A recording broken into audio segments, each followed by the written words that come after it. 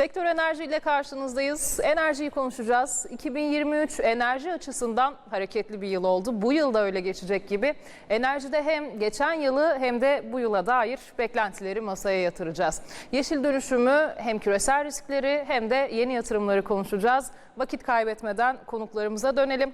Gama Enerji Genel Müdürü Tamer Çalışır ve Enerji Pool Türkiye İş Geliştirme Müdürü Beyhan Tellioğlu bizimle birlikte. Hoş geldiniz. Hoş bulduk. Sizinle başlayalım mı Tamer Bey? Tabii ki. 2023 yılı özellikle jeopolitik gelişmeler noktasında çok hareketli bir yıl oldu. Savaşları konuştuk, enerjiyi etkileyen hususları konuştuk sıklıkla. 2022 aslında bundan çok farklı değildi. Dönem dönem zaten dünyada bu tarz gelişmeleri maalesef ki takip ediyoruz. Fakat bunlar bazı şeylerin başlangıcı da olabiliyor. Dünyanın enerji gündemi geldiğimiz nokta itibarıyla nasıl değerlendirilmeli? Yeşil dönüşümü burada ekleyebiliriz tabii ki, yapılan anlaşmaları. Nasıl görüyorsunuz?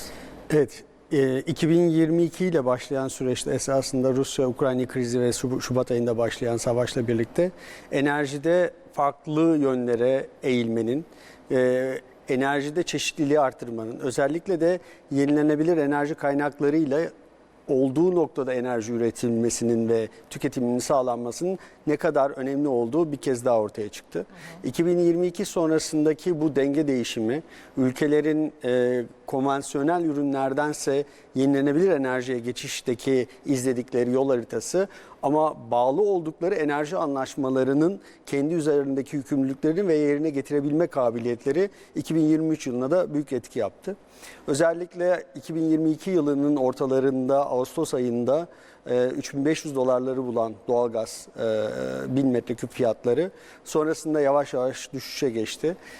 TTF Hollanda esasında bu işin pazar ve merkez belirleme hub'ı olarak geçiyor. Buradaki fiyatlar ilk önce 30 eurolardan 300 eurolara kadar çıkmıştı. Sonrasında tekrar 40'lara, şu an bu programa girmeden evvel 32 eurolara kadar seviyelerine geldi. Bu da şunu gösteriyor ki enerjide fiyat ve ürün bağımlılığı inanılmaz bir dalgalanma, volatilite gösteriyor ve buna göre de herkes kendi pozisyonunu alıyor. Bu jeopolitik dengeyle beraber esasında sadece Ukrayna-Rusya krizi değil, ülkelerin ticari anlamda birbirlerine karşı aldığı pozisyonlar da çok etkili olmaya başladı ve yenilenebilir enerji kaynaklarına olan gereksinim ve önemin ne kadar önemli olduğu bir kere daha ortaya çıktı. Tabii bununla beraber finansal ve finansal piyasalarda yaşanan krizde yeni yatırımları hem sekte vururken hem de mevcut yatırımları daha verimli kullanmaya ve buradaki artı değeri ortaya çıkarmaya yönelik önlemi ortaya koydu. Son olarak özellikle Orta Doğu'da yaşanılan kriz ve bunun Süveyş kanalı üzerinden etkileri de bir salınım yaratsa da mevsimsel etki, çok beklenenin altında geçen soğuklar ve buna karşılık hazırlıklı yakalanan bir Avrupa piyasası şu anda dünyada bazı dengeleri farklı noktaya götürüyor. 2023 yılı hazırlık dönemi olarak geçti. Özellikle depolamaya yönelik birincil kaynak veya birincil madenlerin araştırılması ve bunları önemli geçti. 2024 biraz daha zorlu geçecek ama 2025 ve sonrası için de önemli atılımların hem Türkiye'de hem de global marketlerde atılacağını inanıyorum ve güveniyorum. Dünya bu konuda biraz daha gözünü açtı gibi bir taraftan. İşte işlenemeyen bir Kyoto protokolü var. Sonrasında hayata geçirilmeye çalışılan bir Paris İklimi Anlaşması var. Yenilenebilir enerjiyi konuşuyor olursak eğer ki dünya bunun peşinden gitmeye başladı. Fakat biz hala daha krizlerden, olası risklerden bahsediyoruz. Yani bölgesel savaşları konuşuyoruz maalesef ki hala bu yüzyılda ve enerji bu anlamda çokça önemli. Şimdi bu noktada enerjide nasıl bir dönüşüm bizi bekliyor? Ne olması lazım? Olası riskler neler diye size sormak isterim. Tabii ki enerjide dönüşüm uzun dönemdir ana gündem maddelerinin başında geliyor aslında. Enerji dönüşümü, iklim değişikliğiyle mücadele ve küresel ölçekte temiz, güvenilir, düşük maliyetli enerjiye herkesin erişim sağlaması hedefi doğrultusunda aslında oluşan bir ihtiyaç gibi düşünülebilir. Burada başlangıç yol haritası olarak da 3 temel faktörden bahsedebiliriz. Yani enerji üretiminde yenilenebilir kaynakların payının artması, enerji üretim ve tüketim süreçlerindeki verimliliğin arttırılması ve modern ve temiz enerji teknolojilerine geçişin hızlandırılması gibi. Bunu başlangıç yol haritası olarak belirtmemin ana sebebi aslında bu bir süreç ve bu süreç içerisinde karşımıza çıkan yeni oluşumlar, yeni ihtiyaçlar doğabilecektir. Bunlara da yani bildiğiniz üzere iklim politikaları doğrultusunda uluslararası ve ulusal anlamda net sıfır emisyon hedefleri mevcut. Bu net sıfır emisyon hedeflerine ulaşım aşamasında da bu enerji dönüşümünden geçilirken de bazı gerçeklikler karşımıza çıktı çok önemli konularda. Bunlardan birincisi enerjide arz güvenliği.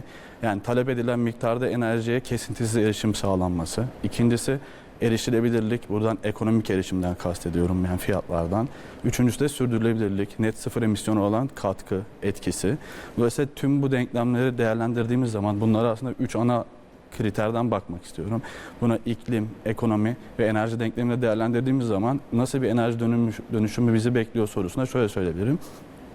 Yeni çıkacak çözüm ihtiyaçlarına dönelik daha adapte olabilir, daha hızlı şekilde çözüm ürettiğimiz bir dönüşüm süreci devam edecek gibi öngörüyorum. Evet. Aslında işin bir tarafı hem işte sosyal anlamda sorumluluk, toplumsal sorumluluk ve toplumsal demek bile küçük kalıyor aslında. Küresel bir sorumluluk enerji tüketimiyle ilgili. Bu çok fazla ön plana çıkıyor. Kaynaklar sınırlı ve mevcut konvansiyonel enerji yöntemleri dünyayı oldukça kirletiyor. Bu anlamda yapılan yatırımların siz de az önce bahsetmiştiniz. Çoğunluğu yenilenebilir enerjiye, daha yeşil enerjiye yoğunlaşmış durumda ki çağın gerekliliği de artık bu yönde. Bu konuyla ilgili neler söylersiniz? Gelecek dönemde özellikle hangi alanlara yoğunlaşılmalı? Şu an nasıl yatırımlar var enerji konusunda? Evet, son dönemde bu krizler dolayısıyla artan farkındalık, temiz enerji ve temiz kaynakların arttırılmasına yönelik yaklaşımlarla beraber esasında 4 ya da 5 ana unsurdan bahsedebiliriz. Bunları sırasıyla saymak gerekirse yenilenebilir enerji, biraz evvel de bahsettiğimiz güneş başta olmak üzere, rüzgar, jeotermal ve biyoenerji olmak üzere bu alanlara yapılacak yatırımlar özellikle yakın gelecekteki en büyük konumuz. Sadece Türkiye'de değil, dünyada da bakıldığı zaman benzer bir yaklaşım söz konusu. Almanya'daki yatırımların büyüklüğü veya diğer gelişmiş ülkelerdeki yatırımların büyüklüğüne bakıldığı zaman yenilenebilir enerji ve özellikle güneş ilk sırayı alıyor. Evet. Sonrasında bu yatırımları destekleyecek tabii altyapı yatırımları önemli. Bu altyapı yatırımlarına baktığımız zaman bazı yük santrallara da ihtiyaç var. Burada en önemli payı tabii karbon tüketmeyen santrallar, hidrokarbonları yakmayan santrallar olarak ön plana çıkıyor ki COP29'da da çok fazlasıyla gördük. Yeni nükleer yaklaşımlar, küçük nükleer reaktörler ve bununla birlikte çalışabilecek bütün ülkelerin uygulayabileceği sistemler ön plana çıkacak gibi görünüyor. Özellikle deprem bölgesi olan yerlerde bunların nasıl uygulanacağı veya size'larının, boyutlarının ne olacağı şu anda en büyük tartışma alanı ama bir tarafta kesintili darbeli üretim, yani yenilenebilir enerji yaparken onu destekleyici baz üretimi de belli bir noktada yapmanız gerekiyor. Evet. Ve bu sadece buna yeterli değil. Bir de bunu depolamayla anlık olarak yönetebildiğiniz, bu darbeleri anlık olarak sönümleyebildiğiniz, sisteme daha az yük veren ama sistemin reliability'sini daha çok arttıran kaynaklara da önem verilecek ki Türkiye bunun en güzel örneğini sergiledi. Özellikle geçen sene yapılan 300 gigawatt saatlik bir başvuruyla, batarya sistemlerine yapılan başvuruyla bunun ne kadar önemli olduğunu ve Türkiye'deki buna olan açlığı da iyi şekilde gösterdi. Son olarak da özellikle bu sistemleri yönetecek dijital altyapıların kurgulanması ve bununla birlikte tüketim tarafının da devreye girmesi gerekiyor. 4 ya da 5 dememin sebebi bununla beraber belki Beyan Bey'in de konusu olacak. Diğer tarafta da mevcut sistemlerdeki tasarrufun ön plana çıkartılması esasında sırf yeni baştan bir enerji kaynağı gibi yenilenebilir enerji kaynağı olarak da karşımıza çıkacaktır. Benim öngörüm bu 5 konu üzerine yoğunlaşılması. Tabii ki doğalgaz veya kömürle ilgili bazı konular masanın üzerinde olacak. Bunları bir anda vazgeçmek ya da phase out edip dışarı çıkarmak mümkün değil. Ama ne kadar bunları erken yaparsanız hem dışa bağımlılığınızı sadece Türkiye için değil, diğer bütün ülkeler için aynı şey geçerli ama Türkiye için çok çok daha önemli. Hem buna dışarıya olan bağımlılığınızı azaltacaksınız hem de yerinde tüketimle beraber bunu daha iyi yönetiyor olacaksınız diye düşünüyorum ve yakın gelecekte bu konular bizim ön planda masada tuttuğumuz konular olacak. Belki de o işte konvansiyonel enerji yöntemlerinin kullanımı ile ilgili az önce sıraladığımız anlaşmaların geçerliliği daha da vücut bulmuş olacak gibi de düşünebiliriz belki. Peki işin bir tarafı da teknoloji. Beyhan Bey, sizinle teknoloji tarafını da konuşmak isteriz. Enerjiyle teknolojiyi yan yana nasıl koyabiliriz? Yine tabii ki yeşil enerjiye, yenilenebilir enerjiye dönüyoruz yüzümüzü. Bu anlamda neler yapılıyor? Enerjide teknoloji nasıl kullanılıyor? Şöyle, aslında enerjide teknoloji, yani bir arada kullanılan çok fazla alan var. Ben biraz bunu daraltarak başlamak isterim. Bunun başlangıcı enerji sektöründe dijital dönüşüm ve enerji yönetim ihtiyacının ön plana çıkartmak isterim. Ben bu konulardan bahsetmek isterim. Burada özellikle enerji dönüşümü sürecinde yaşanan, Tamer Bey'in de bahsettiği gibi arz tarafında, üretim tarafında emisyon, maliyet, öngörülebilirlik gibi konulardan kaynaklı olarak konvansiyonel kaynakların kullanımından uzaklaşılma çabası diyelim. Yerine yenilenebilir, dağıtık, kesintili ve talebe göre düzenlenemeyen enerji kaynaklarının elektrik üretimindeki payının artmasıyla oluşan kaynak çeşitliliği, özellikle bahsettiğiniz gibi rüzgar ve güneşin payının artması, tüketim talep tarafında ise ekonomik büyüme beklentileri, nüfus artışı, endüstriyel ve sosyal alanlarda elektrifikasyona geçiş hızının artması, yani talebin artması sonucunda sistemleri karmaşık hale getiriyor. Buradaki sistemdeki üretim, tüketim, depolama gibi varlıkların optimum seviyede yönetilmesi, operasyonel giderlerin, emisyonların, enerji maliyetlerinin azaltılması ve bazı kapsamlarda farklı piyasalara katılım sağlanarak da ilave gelir elde edilmesi mümkün. Bunların tamamı da bu dijital dönüşüm ve enerji yönetimi altyapısından geçiyor. Ben şahsen aslında enerjide dönüşümü teknolojik dönüşümden ayırmayan taraftayım. Dolayısıyla bir enerji dönüşümünden bahsedecek... Mümkün değil zaten, değil mi? Katılıyorum. Bir enerji dönüşümünden bahsedecek olursak da bunun teknolojik dönüşümüyle bir tamamlayıcı özelliği olduğunu düşünen taraftayım. Dolayısıyla aslında iç içe gelişen enerji dönüşümünün mümkün kılınması için oluşan bir dönüşümden Örnekler var mı mesela, yani en can alıcı, çarpıcı ya da hayata geçirilmeyi bekleyen örnekler? Şunu ekleyebilirim orada. Özellikle mikro şebeke yönetimleri, sanal enerji santralleri yönetimi, toplayıcılık faaliyetleri yönetimi. Burada dijitalleşme çok önemli aslında. Sahadan veri temini, bunun işlenmesi, raporlanması ve optimizasyonu aslında. Mesela bu örnekler sıkça karşımıza çıkıyor. Evet. Üretim tarafından da bir örnek vermek gerekirse belki önleyici faaliyetler kısmında bir hasar meydana gelmeden önleyici faaliyetlerle bunun anlaşılması, elde edilen sinyallerin iyi değerlendirilerek bunların analizler sonucunda alınacak tedbirlerin belirlenmesi veya operasyonel yapılan yanlışlıkların ama doğru sanılan yanlışlıkların düzeltilerek verim artışının sağlanması önemli. Burada sadece rüzgar santrallerinde yapılabilecek bir artı değerin %2 üretim artışına denk gelebileceğini biz tespit ettik. Hani sadece bunu düşündüğümüzde %2 bir santral veya bir kurulu güçten bakarsanız esasında çok önemli bir değer olarak bakıyoruz. Peki şimdi bir taraftan yeşil enerji diyoruz ya, orayı biraz açalım mı? Yenilenebilir enerji tarafına. Türkiye'nin 2015 yılındaki seviyesi 5.5 megawatt enerji kurulu gücü rakamına baktığımızda bu 22 bin megawatt seviyesine gelmiş. Bu gelişim tabii biz enerji sektörü çalışanları olmadığımız için bizim için çok bir anlam ifade etmiyor. Kafamızda canlanmıyor ama siz bize bunu biraz daha açabilir misiniz? Ne demek oluyor?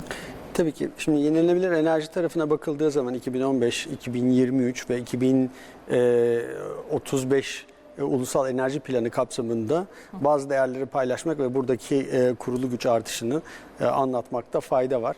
Şu anda enerjide iki tane ana kalemden bahsedebilirim. 2023 sonu itibariyle tam rakamlar yayınlanmadı ama rüzgarda 10 binler, güneşte de 11 binler seviyesinde, yani 11 bin megawatt ve 10 bin megawatt seviyesinde bir kurulu gücümüz var.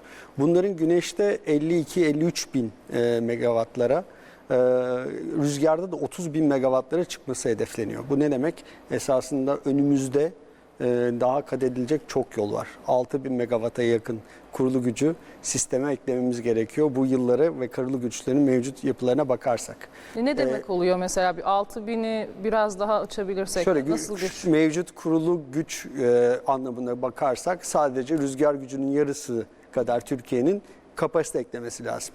Bu çok mu zor? Hayır. Çok mu kolay? Hayır. Evet. Bunun birçok zorlukları ve kolaylıkları var.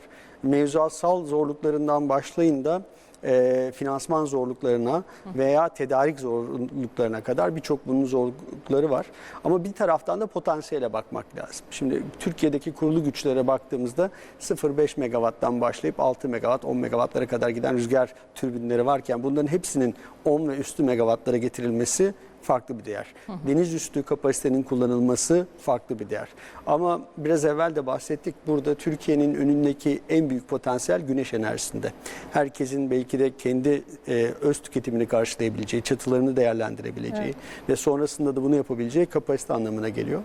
Enver'in yaptığı bir araştırma var. Tabii bu rakamı challenge etmek de kolaydır ama en azından bir değer olarak karşımızda.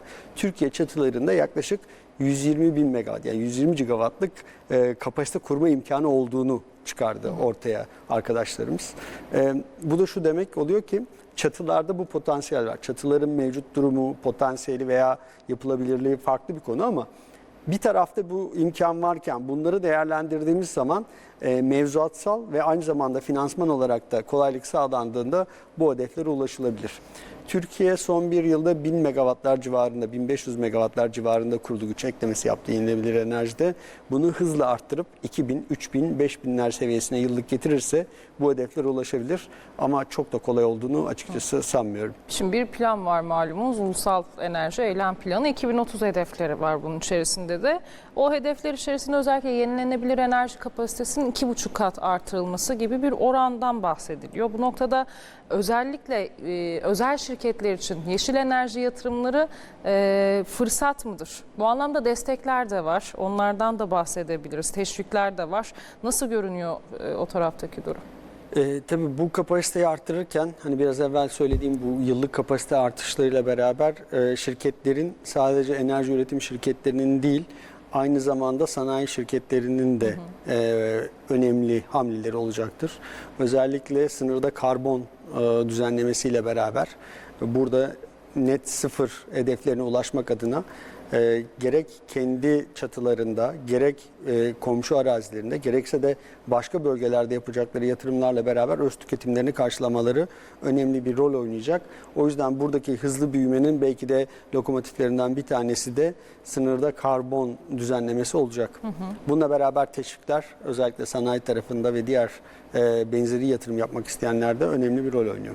Enerji üreticileri veya enerji üretmek isteyen bu amaçlı sektörde yer almak isteyenler için ise mevcut pozisyonlarını değiştirmek ve buradaki yeşil üretim fonlarına ulaşabilmek, ECG kapsamındaki fonlardan faydalanmak büyük önem arz ediyor. İlk 6 ayda bu Türkiye'de ve dünyada belki zor olabilir ama daha sonrasında yaşanacak rahatlama sayesinde 2024 sonrası ve 25'in başladığı dönemden itibaren bu yatırımlara daha da ağırlık verilebileceği, paraya daha rahat erişim sağlanabileceği ve hedeflere de doğru adımlarla yaklaşılacağını düşünüyoruz. Enerji deyince benim hassas olduğum konuların başında işte yeşil enerji, işte doğayı koruyalım, temiz enerji, hep bunları konuşuyoruz. Türkiye'nin bu anlamda özellikle sizin de sıklıkla dile getirdiğiniz konu sıfır emisyon hedefi. Bu 2053 senesine tekabül ediyor. Şimdi baktığımızda bizim en büyük ihracat partnerimiz Avrupa. Avrupa'da diyor ki ithal ettiğim ürünlere ilişkin ben karbon vergisi almaya başlayacağım. Bunu hayata geçirecekler ve Türk şirketlerin bu anlamda belki de şimdiden bir dönüşüme girmesi gerekiyor. Ne dersiniz Beyhan Bey bu konuda? Doğru. Aslında burada Tamer Bey'in de bahsettiği gibi yani hem sınırda karbon düzenleme mekanizması hem de Avrupa Birliği emisyon ticaret sistemi mevcut olandan bahsetmek bence faydalı olabilir.